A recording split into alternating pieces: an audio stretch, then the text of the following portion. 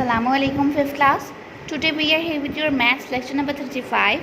Date is 5th September 2020 and day is Saturday. Topic है आपके पास HCF and LCM. Your today's diary is countdown page number 26 to 27. Explanation है plus exercise 2A question number 1 to 3 plus 18 time table. 18 का table आप लोग अपनी notebook पर right कर लीजिएगा और डॉटिंग में इसको अच्छी तरह से लर्न भी कीजिएगा.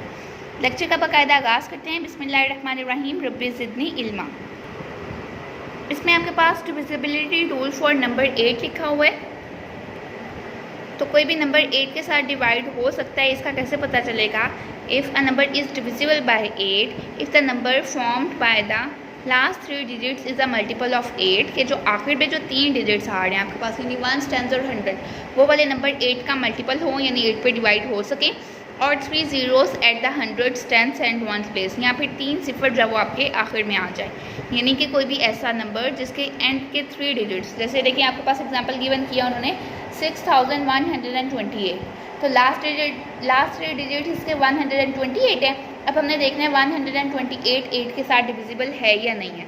तो अगर हम इसको 128 को 8 के साथ डिवाइड करें तो आपके पास आंसर आ जाता है 16 यानी कि लास्ट 3 डिजिट्स अगर 3 के साथ डिविजिबल हैं 128 8 के साथ डिवाइड हो जाता है तो इसका मतलब है कि जो पूरा नंबर है 6128 वो भी 8 के साथ डिवाइड हो जाएगा.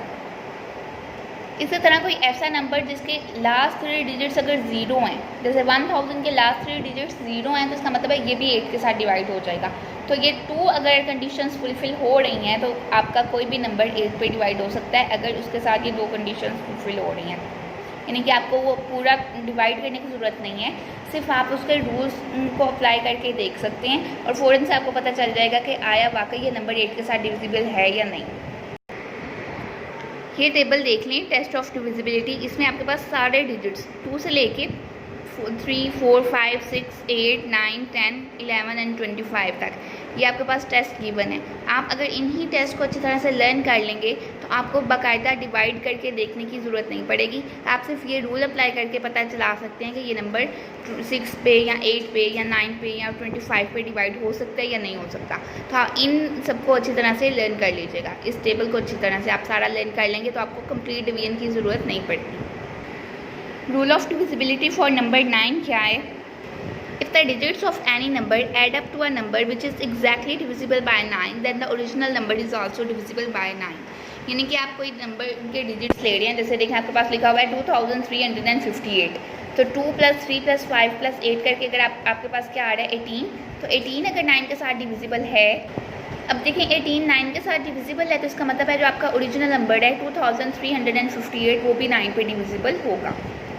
ये जो टेबल मैंने अभी आपको दिखाया था वो ऑलमोस्ट इसी टेबल की तरह है. तो आप बुक से ये वाला टेबल अच्छी तरह से लर्न कर लें. डेली बेसिस पे 2 टेस्ट जो है वो लर्न करते जाइएगा. इनको आपने अच्छी तरह से मेमोराइज कर लेना है. एक्सरसाइज देखते हैं. Exercise 2A question number 1 filling the blanks. If a number is divisible by 2 and 3 then the number is divisible by 6. ये भी हमने कल ही रीड किया है. If the sum of the digits of a number can be divided by dash with no remainder the number is divisible by 9. तो देखिए 9 का रूल ऑफ डिविजिबिलिटी अभी हमने रिवाइज़ किया है कि अगर हम किसी भी नंबर के डिजिट्स को प्लस कर लें यानी उसका सम ले लें और वो जो आंसर आ रहा है अगर वो 9 के साथ डिविजिबल है तो इसका मतलब है कि वो पूरे का पूरा नंबर जो एक्चुअल नंबर है वो भी 9 के साथ डिवाइड हो जाएगा. सी पार्ट देखते हैं. 1038 is divisible by 2, 3 and dash. तो हमने कल रीड किया था 6 के टेस्ट ऑफ डिविजिबिलिटी में कि अगर कोई नंबर 2 और 3 पे डिवाइड हो रहा है तो वो ऑटोमेटिकली 6 के साथ भी डिविजिबल होगा. डी पार्ट है. A number is divisible by dash if its last 3 digits are divisible by 8 और 0. तो अभी हमने इसी को रीड किया है कि कोई भी ऐसा नंबर जिसके आखिर पे 3 जो डिजिट्स हैं वो 0 हैं या जो आखिरी 3 डिजिट्स हैं उनको मिला के जो डिजिट बन रहा है जो एक फिगर बन रहा है आपके पास अगर वो 8 का मल्टीपल है 8 के साथ डिवाइड हो रहा है कम्प्लीटली तो जो आपके पास एक्चुअल नंबर है वो भी 8 के साथ डिवाइड हो जाएगा. नेक्स्ट है आपके पास 450 is divisible by 2, 3, 5 dash and dash.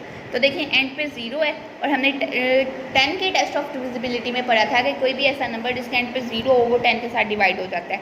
और 4 में 5 प्लस करेंगे तो आपके पास क्या आता है 9 में 0 प्लस करेंगे तो फिर भी 9 यानी कि 9 के साथ डिविजिबल है तो इसलिए आप फिलिंग द ब्लैंक में लिख देंगे 9. क्वेश्चन नंबर 2 है. State with the following are true और फॉल्स. ए पार्ट में लिखा है if every digit of a number is divisible by 4 then the number is divisible by 4, कि अगर कोई ऐसा नंबर जिसका हर डिजिट 4 पे डिवाइड हो रहा है then the number is divisible by 4, तो हम देखेंगे कि वो नंबर जब वो 4 पे डिवाइड हो कम्प्लीटली डिवाइड हो जाएगा। यानी कि एक डिजिट है, एक नंबर है आपके पास, जैसे आपके पास लिख लें कि 4, 8 एंड 12, यानी कि 4812।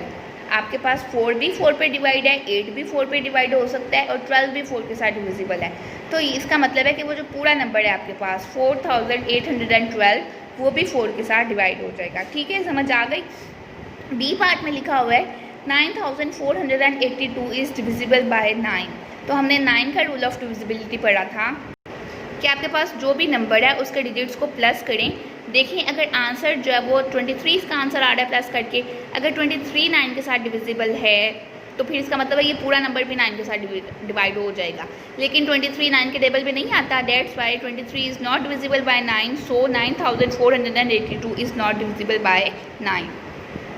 सी पार्ट है 1920 इज़ नॉट डिविजिबल बाय 8। तो 8 के रूल ऑफ डिविजिबिलिटी में हमें पढ़ा था कि एंड पे 3 जीरोज़ होने चाहिए, तो इसके तो 3 जीरोज़ नहीं है, तो इसलिए हमने क्या किया है यहाँ पे लिख दिया है फॉल्स। इसी तरह से 920 भी 8 के साथ डिवाइड नहीं हो रहा, तो यानी कि दोनों कंडीशंस ही फुलफिल नहीं हो रही, इसलिए आप यहाँ पे फॉल्स लिख रहे हैं। डी पार्ट है sum of 210 and 315 is not divisible by 6। तो ये देखें जी क्वेश्चन नंबर 2 का डी पार्ट 210 और 315 को प्लस किया तो आपके पास आंसर क्या आया है 525।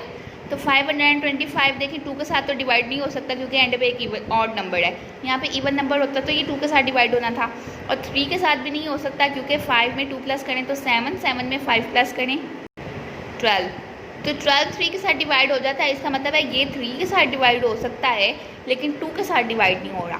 तो आपके पास जो 6 का रूल ऑफ डिविजिबिलिटी था उसकी कंडीशन ये थी कि कोई भी नंबर 2 और 3 पे मतलब बैक वक्त वो 2 के साथ भी डिवाइड हो रहा है completely without leaving any remainder, और 3 के साथ भी कम्प्लीटली डिवाइड हो रहा है, तो इसका मतलब है कि वो 6 के साथ भी डिवाइड हो जाएगा।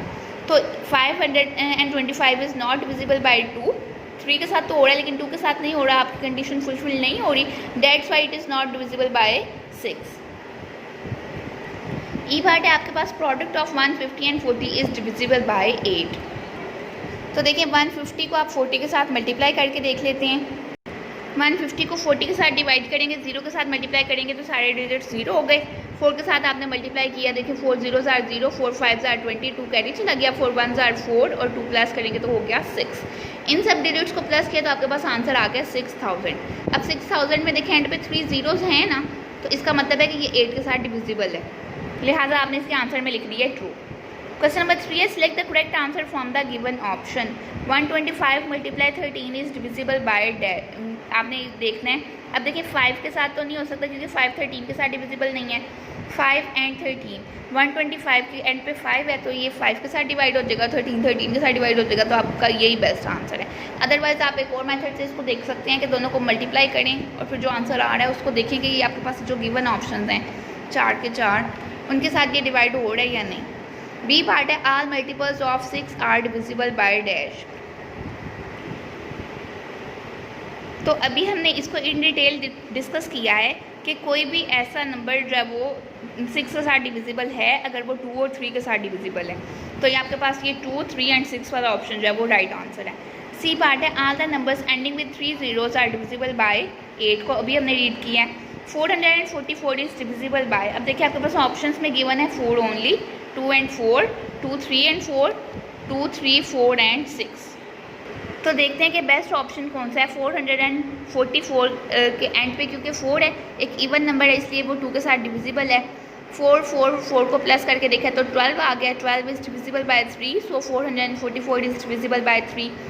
444 इज डिविजिबल बाय 4 क्योंकि एंड पे 44 है, और हमने देखा था कि लास्ट 2 डिजिट्स अगर 4 के साथ डिवाइड हो रहे हैं तो इसका मतलब है पूरे का पूरा नंबर भी 4 के साथ डिवाइड हो जाएगा।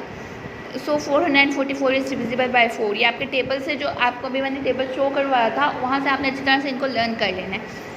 444 इज डिविजिबल बाय 2 एंड 3 कि ये 2 और 3 के साथ डिवाइड हो रहा है तो इसका मतलब है ये 6 के साथ भी डिवाइड हो सकता है, इसलिए ये आपका राइट आंसर है।